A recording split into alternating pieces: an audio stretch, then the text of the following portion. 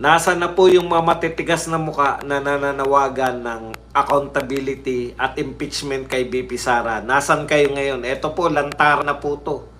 Umaamin na po yung mga tauhan ng gobyerno na may mga ghost project.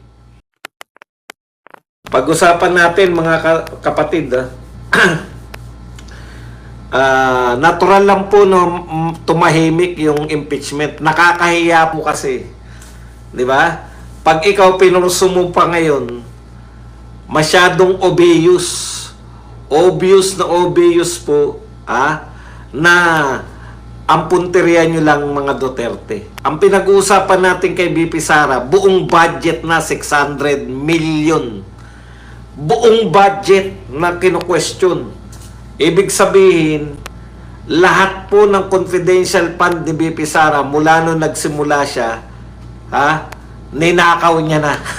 Wala nang ginastos kahit saan. Talagang diniretso sa bulsa. Pero wala pa rin po yan sa kalingkingan ng budget natin dito sa mga flood control. Ano yung sabi? 1.4 billion a day. Isang araw lang po. No? Doblehin mo yung pinoproblema nilang budget ni BP Sara sa confidential fund. Doblehin mo yun, mahigit pa sa isang araw na budget ng flood control projects.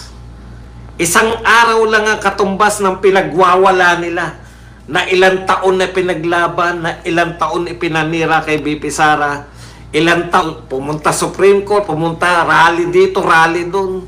Mga pare, mga father, kumusta na po tayo dyan?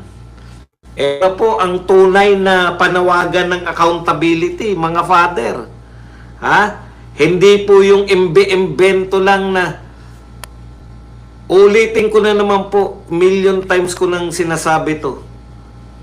Si BP Sara, wala pong napatunayan ng COA na katiwalian.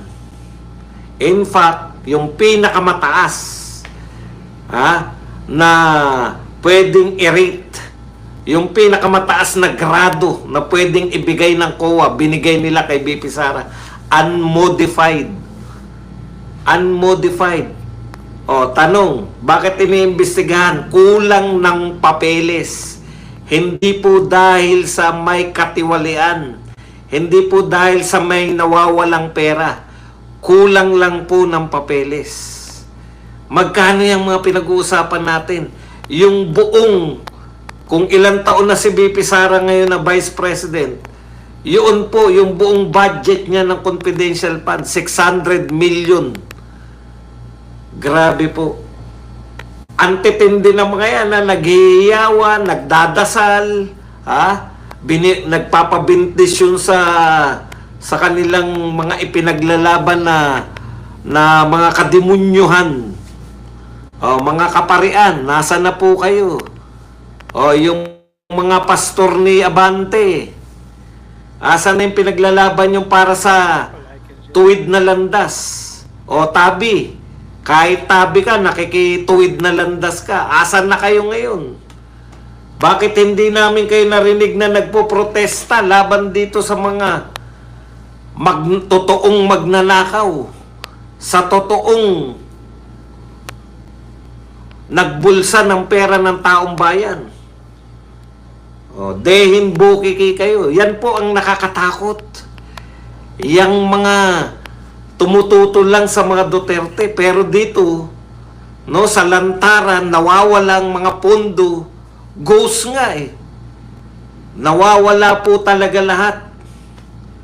Dehin, bokiki sila lahat ngayon. Nakakatakot po yan kasi mas okay pa sa kanila.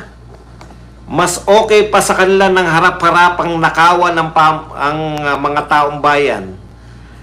Mas okay pa sa kanila kaysa tapat na paglilingkod ng mga Duterte. Yan yung sinasabi natin na mga ipokrito.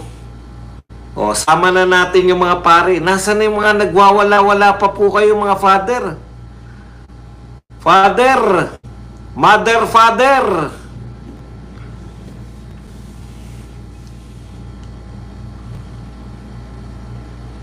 Rally pa. Dito, wala. Dehin bukiki. Meron bang kontribusyon ng mga kontraktor? Baka malakas magbigay sa simbahan ng mga kontraktor, ha? O, nasan yung mga media? Mainstream media. Halos ayaw nilang ibalita, eh.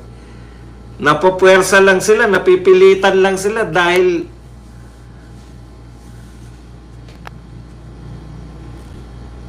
Laila de Lima.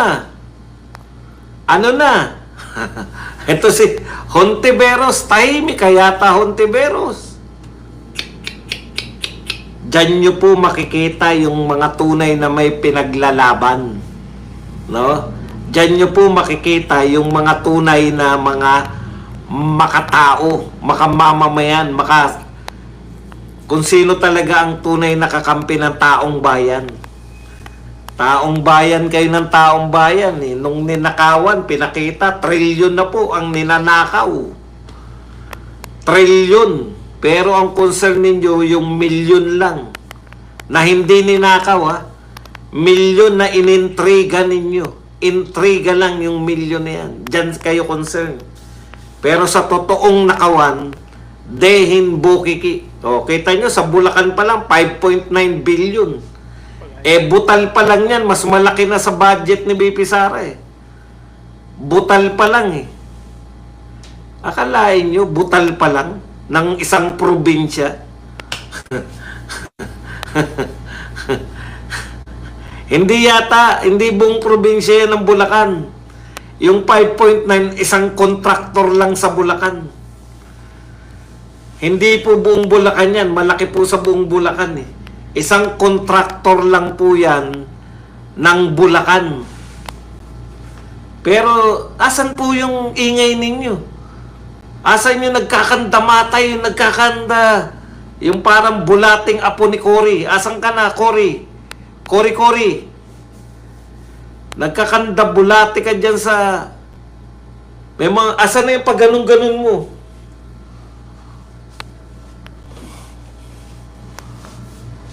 Nasaan na? Yung gumaganon-ganon ka. Impeachment, hanggang impeachment lang kayo thumbs down. Puta, trilyon to. Trilyon ang pinag-uusapan sa impeachment. Milyon lang. Talagang wala tong mga to. Ganyan po sila ka-ipokrito lahat.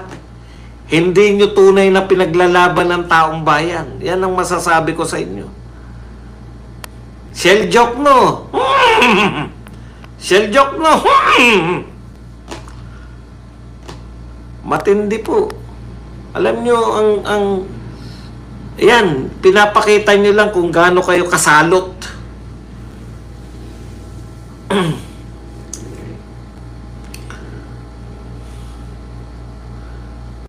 Okay.